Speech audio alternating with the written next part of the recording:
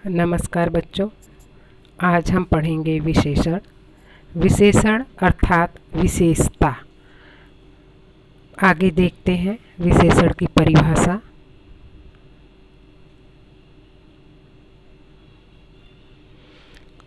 संज्ञा या सर्वनाम की विशेषता बताने वाले शब्दों को विशेषण कहते हैं।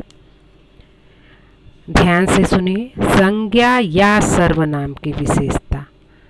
संज्ञा या सर्वनाम की विशेषता बताने वाले शब्दों को विशेषण कहते हैं। विशेषण के भेद अर्थात विशेषण के प्रकार। आप देखते होंगे कि आप लोग बोलते भी हैं आपस में कि वो तो ऐसा है, वो गंदा है, वो अच्छा है, लेकिन ये आप उसकी विशेषता बताते हैं। अब व्याकरण की दृष्टि से अगर आप देखते हैं तो उसकी परिभाषा एकदम प्रॉपर बता दी जाती है कि संज्ञा या सर्वनाम की विशेषता बताने वाले शब्दों को विशेषण कहते हैं। विशेषण के भेद। विशेषण के भेद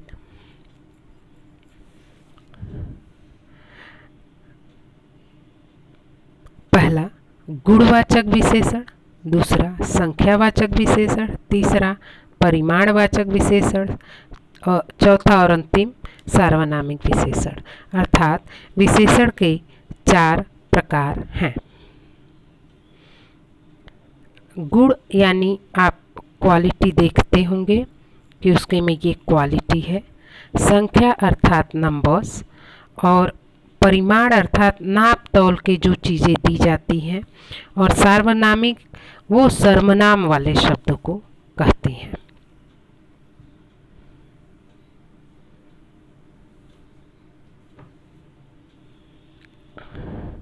आगे हम देखते हैं उसके पहले प्रकार की विशेषता, गुणवाचक विशेषण। गुणवाचक विशेषण, उसकी परिभाषा है किसी व्यक्ति, वस्तु या स्थान के रूप, रंग, गुण या स्वरूप को बताने वाले शब्द गुणवाचक होते हैं। जैसे गुलाब पीला है, गाय काली है। अब देखिए, पीला और काली दोनों शब्दों को अंडरलाइन किया गया है, वो अधोरेखांकित हैं। गुलाब पीला है जो पीले गुलाब की विशेषता बता रहा है। गाय काली है जो गाय के रंग की विशेषता बता रहा है।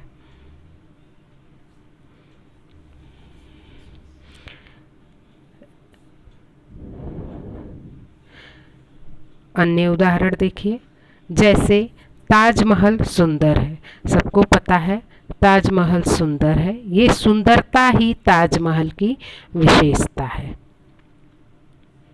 दूसरा है संख्यावाचक विशेषण। संख्यावाचक विशेषण संज्ञा या सर्वनाम की गिनती बताने वाले शब्द संख्यावाचक विशेषण कहलाते हैं। गिनती, नंबर्स, वो अब आप देखेंगे, देखिए यहाँ पे चिड़िया है, अब आप बोल देंगे एक चिड़िया है। जब ये एक चिड़िया है, ये एक ही उसकी विशेषता है, ये संख्या, एक की संख्या ही उसकी विशेषता है। इसके 2 उप प्रकार हैं, निश्चित संख्यावाचक और निश्चित संख्यावाचक। निश्चित होता है कि डेफिनेटली यही इतने ही नंबर, और अनिश्चित जो कि निश्चित ही नहीं है, वो असंख्य हो सकते हैं या कुछ भी हो लेकिन काउंटेबल नहीं होंगे। देखिए यहाँ आप देखते जाएंगे कि एक है तो संख्या आप गिन लिए, लेकिन एक नहीं होगा तो आप कहाँ से गिन पाएंगे। यहाँ असंख्य है, अनिश्चित है, ठीक है। आप बोल देंगे अनिश्चित पक्षी। एक पक्षी निश्चित संख्यावाचक, असंख्य पक्षी या फिर कुछ पक्षी या बहुत पक्षी, ये सब अनिश्चित संख्यावाचक हैं। देखिए निश्चितवाचक, जिनकी गिनती की जा सके। देखिए आप यहाँ गिन लेंगे, यहाँ 3 बच्चे हैं, 1, 2 और 3। आप 3 बच्चों को गिन लोगे कि मिस ये तो 3 हैं, ये तो आपने अगर नंबर गिन लिया, वो संख्या गिन ली, तो वो निश्चित संख्यावाचक है कि हाँ यहाँ पे 3 ही बच्चे हैं। अनिश्चित संख्यावाचक जिनकी गिनती न हो सके, जैसे आप यहाँ पे असंख्य पक्षी बैठे हैं। तीसरे प्रकार पे आ जाते हैं परिमाणवाचक विशेषण। जिन वस्तुओं को नापा या तौला जाता है उनको परिमाणवाचक विशेषण कहते हैं। आप लोग गलती से इसको परिणाम भी बोलते हैं। परिणाम बिल्कुल नहीं बोलना है। परिणाम का अर्थ होता है रिजल्ट, नतीजा, लेकिन परिमाण का अर्थ होता है नाप तौल। नाप तौल के आपको क्या क्या मिलता है? नाप तौल के आपको कपड़े मिलते हैं, लिक्विड मिलता है, दूध मिलता है, पानी मिलता है, हाँ, जूस मिलता है। लीटर में मिलते हैं ना, ये लोग लीटर में मिलते हैं।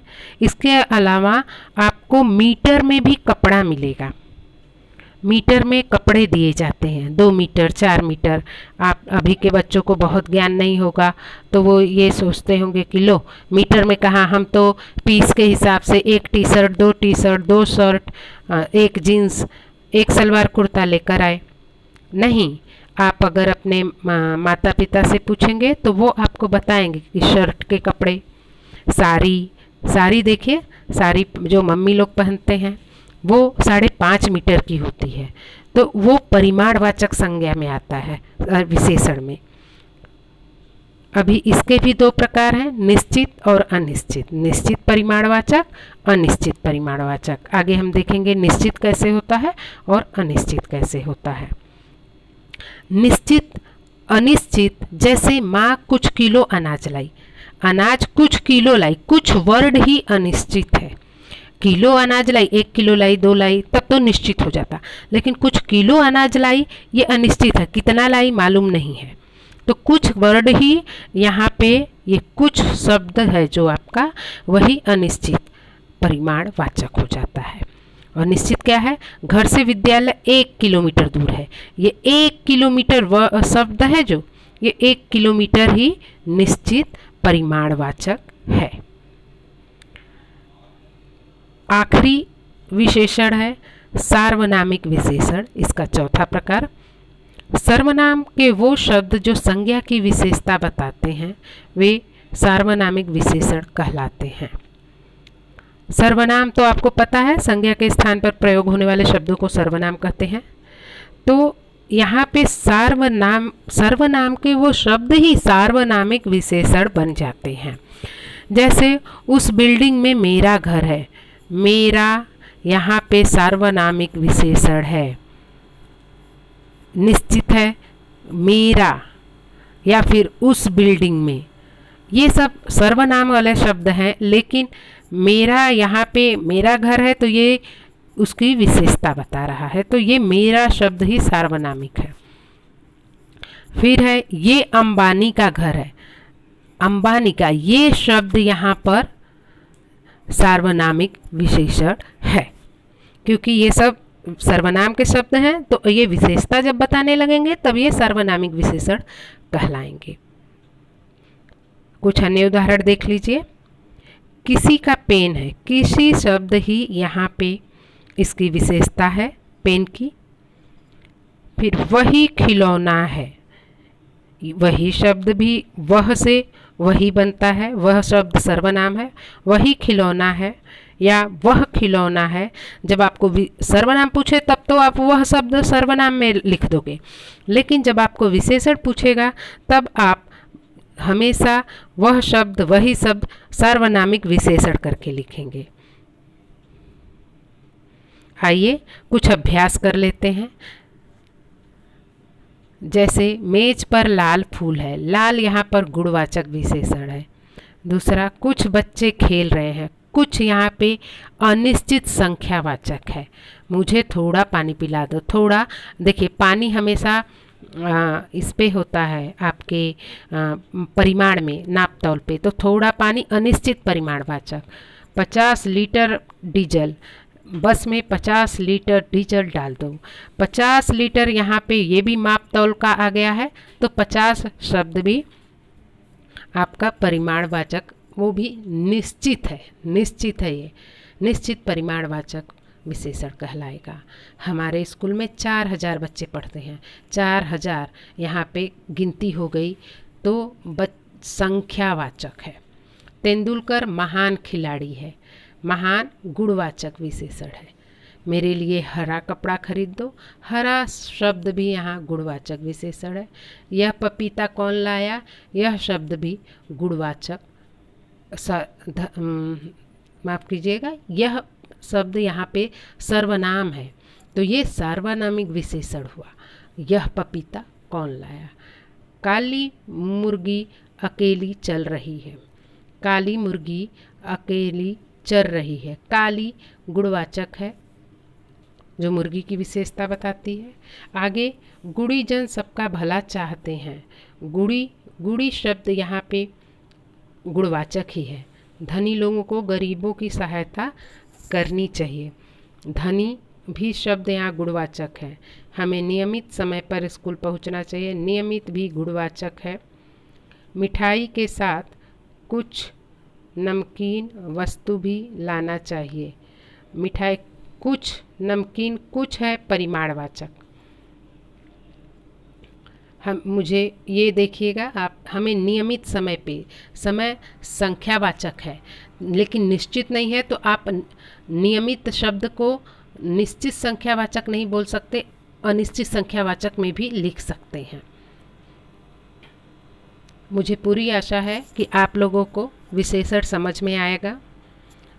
एक बार दोहरा लेते हैं। आज हम लोगों ने विशेषण पढ़ा, जिसको कहा जाता है, जिसकी परिभाषा है, संज्ञा या सर्वनाम की विशेषता बताने वाले शब्दों को विशेषण कहते हैं।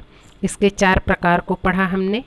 पहला गुणवाचक विशेषण, दूसरा संख्यावाचक विशेषण, तीसरा परिमाणवाचक विशेषण और चौथा सार्वनामिक विशेषण।